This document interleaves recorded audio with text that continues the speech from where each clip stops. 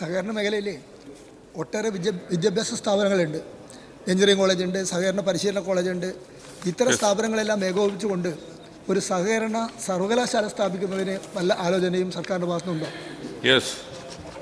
ഇപ്പോൾ പല കേന്ദ്രങ്ങളിൽ നിന്ന് ഇത്തരം നിർദ്ദേശങ്ങൾ വന്നിട്ടുണ്ട്. മുമ്പ് ഞാൻ തന്നെ 2008 ഈ നിയമസഭയിൽ ഒരു പോളിംഗ് അറ്റൻഷൻ കൊണ്ടുവന്നാണ് ഒരു സഹകരണ സർവകലാശാല എന്ന ആശയം. അന്ന് ബഹുമാനപ്പെട്ട ജി സുധാകരനായിരുന്നു എൻ്റെ മന്ത്രി. അത് പരിശോധിക്കാമെന്ന് പറഞ്ഞിരുന്നു.